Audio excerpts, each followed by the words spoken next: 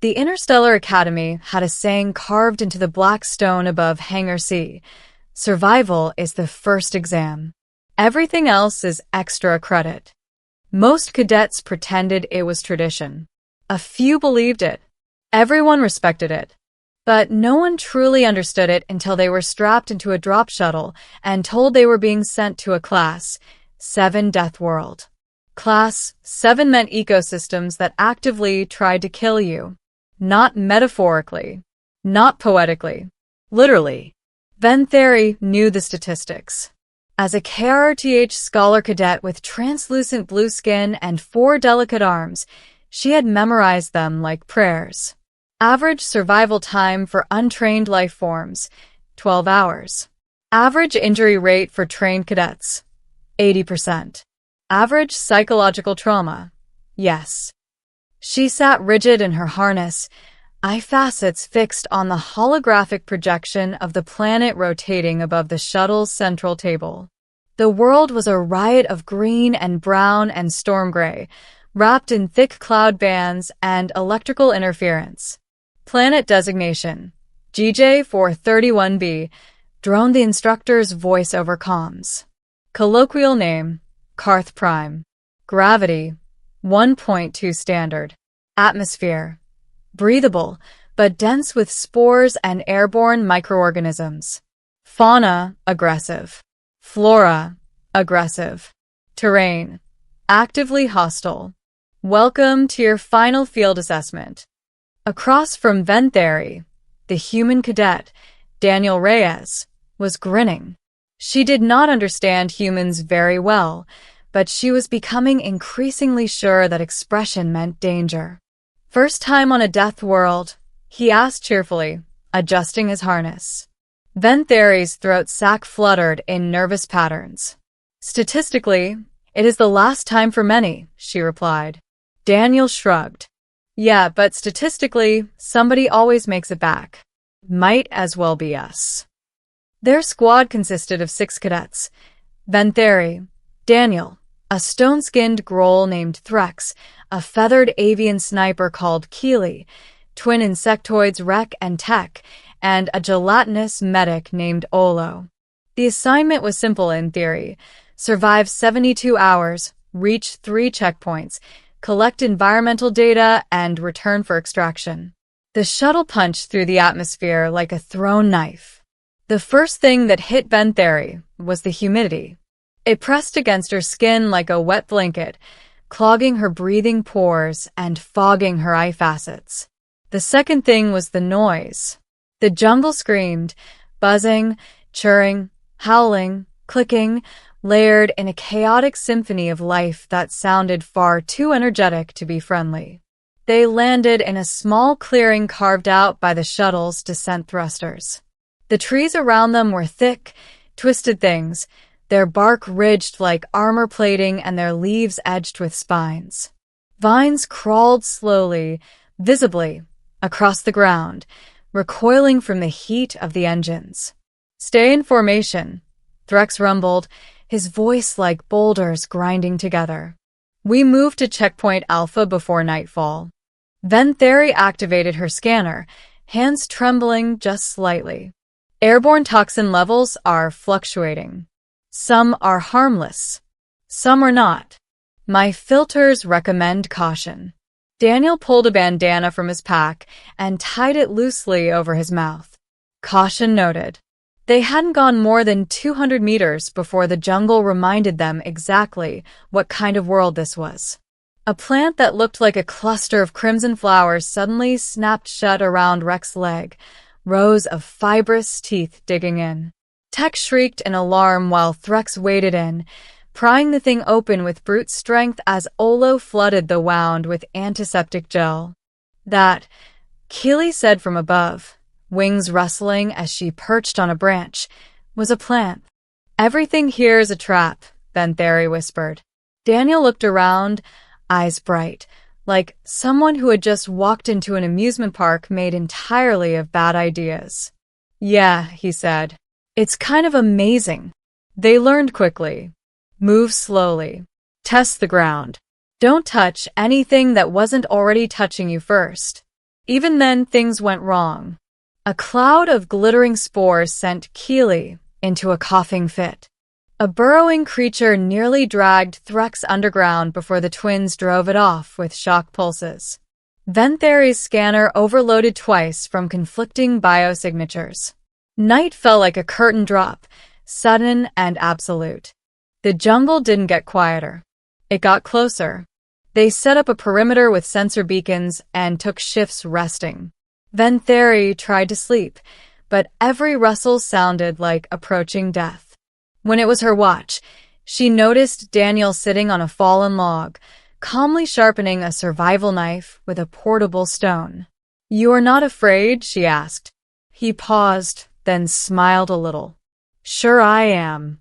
But being scared doesn't mean you stop doing stuff. It just means you do it carefully." Something in his tone made her believe him.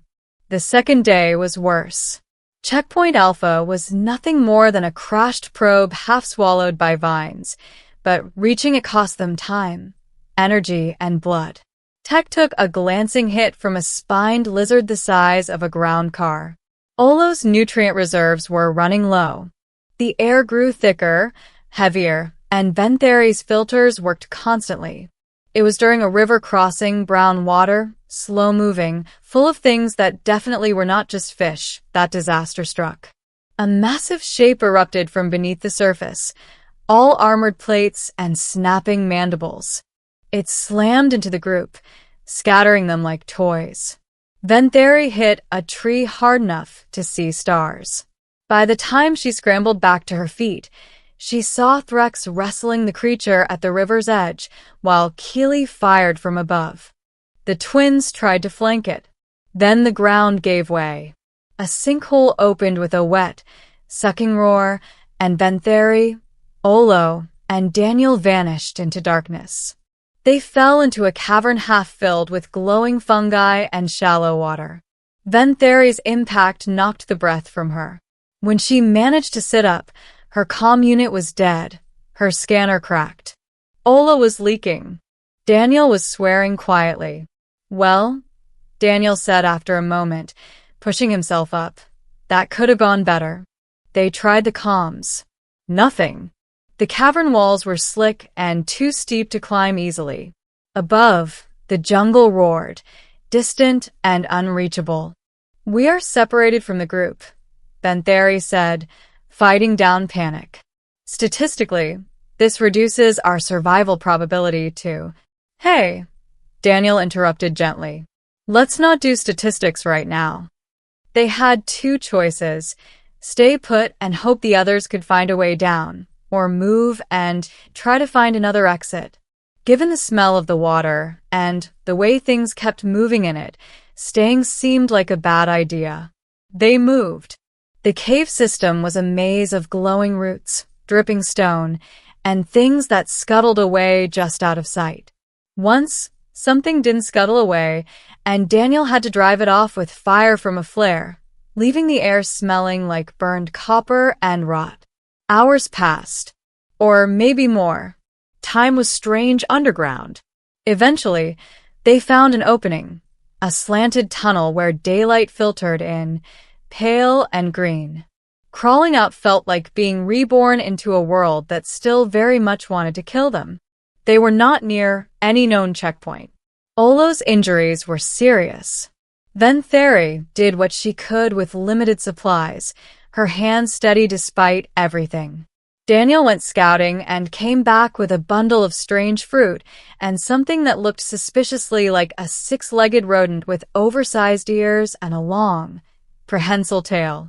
"It tried to steal my pack," he said, as if that explained why he was now holding it. The creature hissed, then sneezed. Ventheri stared. "That is a wild organism." "Yep. And potentially dangerous." "Also yep. But it's hurt." He showed her a shallow gash along its side. "Looks like something bigger tried to eat it and failed." "I get that feeling." The creature looked at Ventheri with large, glossy eyes and made a small, squeaking sound. Against her better judgment and several Academy safety protocols, She helped Daniel clean and bandage the wound. They camped in the shelter of a massive root system. Rain fell in warm sheets, washing the jungle in mist. The little creature refused to leave, instead curling up near the heat of their small fire. Daniel named it Mango because it was orange and kind of shaped wrong. The third day dawned with distant thunder and the uncomfortable realization that their rations were nearly gone. Olo could not travel far. They needed either rescue or a miracle. They got neither. What they got was trouble. A pack of predators, sleek, low to the ground, with too many eyes, found them by midday. Ventheri's pulse spiked as they circled, testing, probing. Daniel stood, knife in one hand, a flare in the other. "Okay," he murmured. "New plan. We don't die." The fight was chaos. Keening cries, snapping jaws, burning light. Daniel moved like someone who had forgotten he was supposed to be fragile, driving the animals back with fire and sheer stubbornness.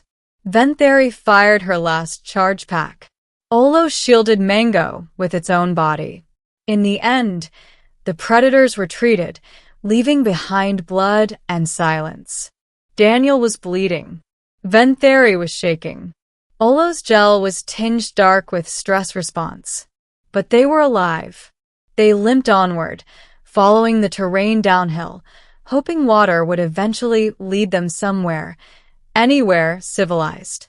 When the rescue shuttle finally found them, it was because Mango had climbed a tree and started screeching at the approaching craft like it had been waiting its whole life for this exact moment.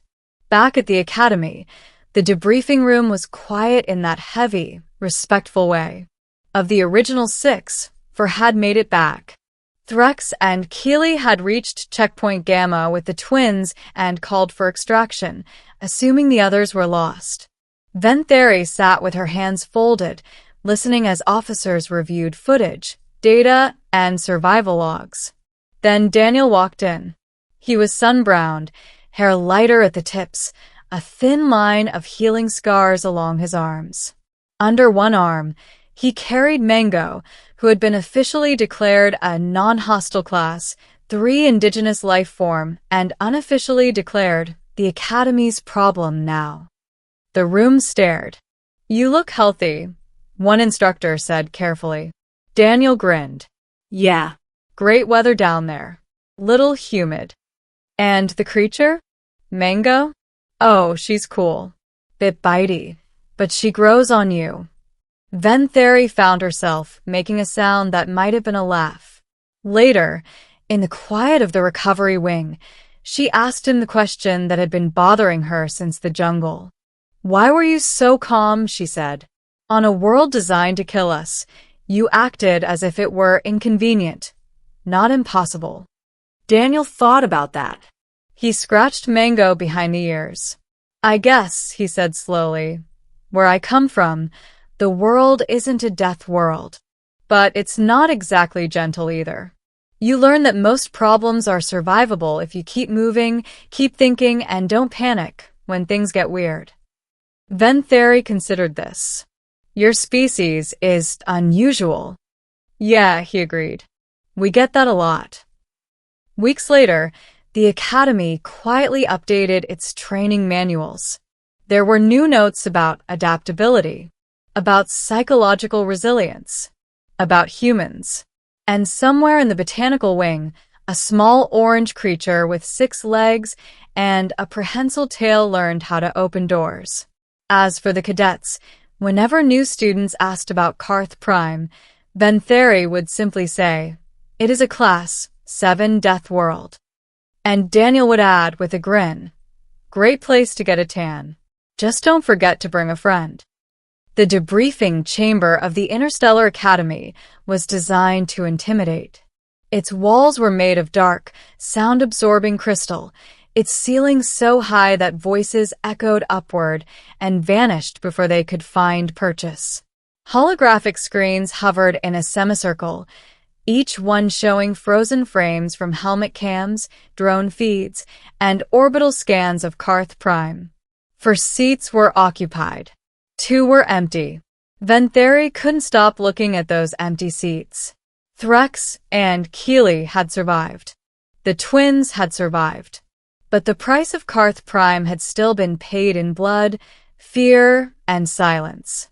The Academy never sent cadets to a Class-7 Deathworld expecting everyone to return. Still, knowing that didn't make the emptiness feel lighter. An instructor stepped forward, mandibles clicking softly. Cadet Ventheri, your team's performance is under review. The survival data you recovered is exceptional, given the circumstances. Ventheri inclined her head. We were fortunate.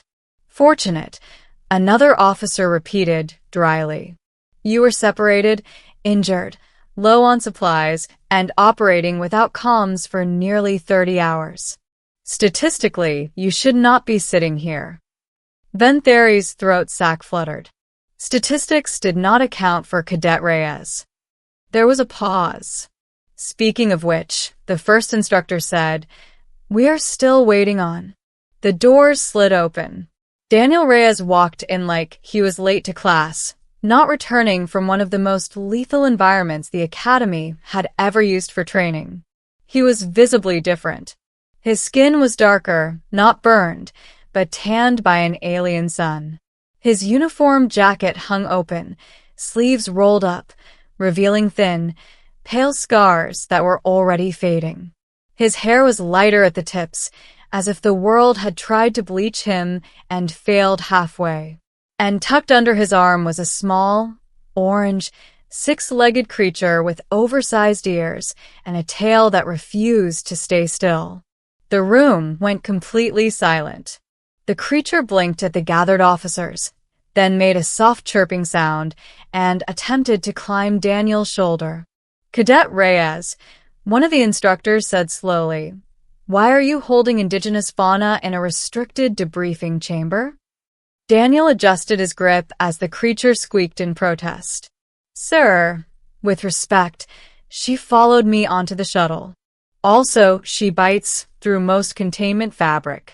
This seemed safer for everyone.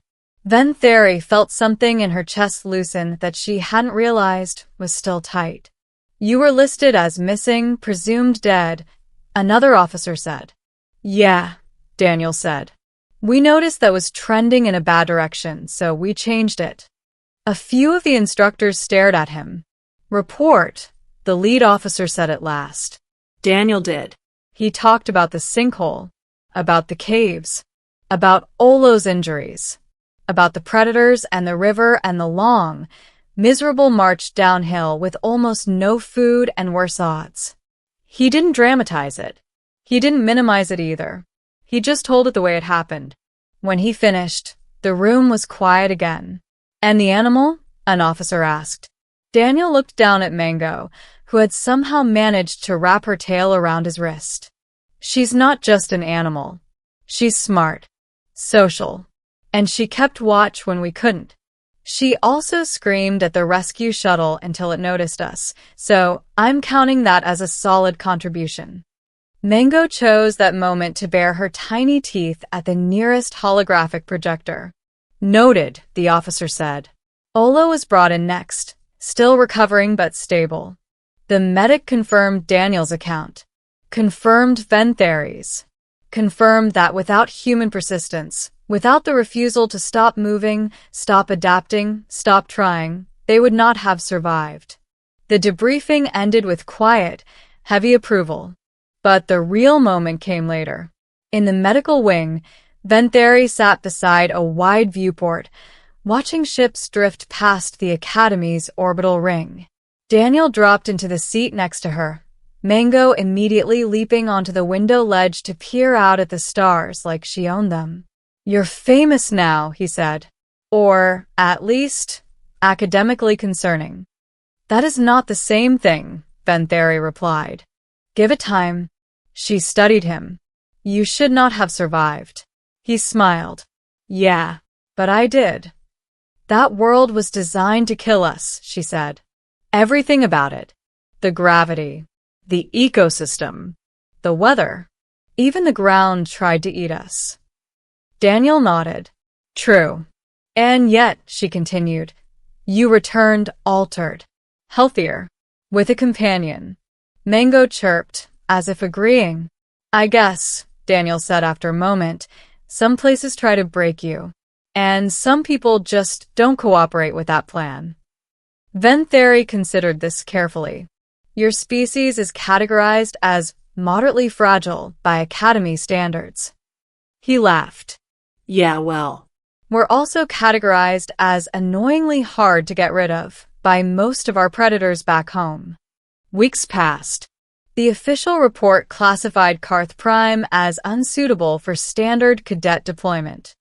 The unofficial rumor was simpler. The planet lost to a human and his weird orange pet. Mango was given a habitat in the xenobiology wing. She escaped it 3 times in the first day.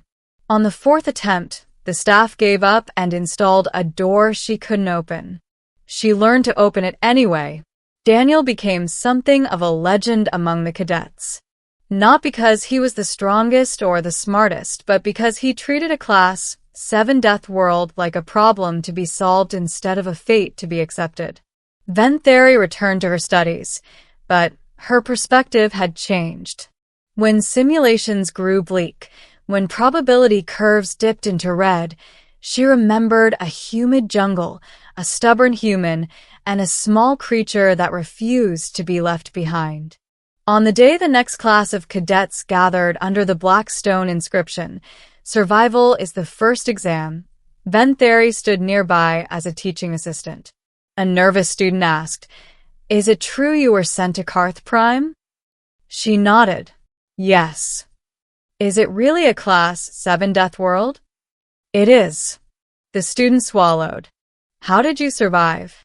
Ventheri glanced across the hangar, where Daniel was trying and failing to stop Mango from stealing someone's ration bar. Teamwork, she said. Adaptation.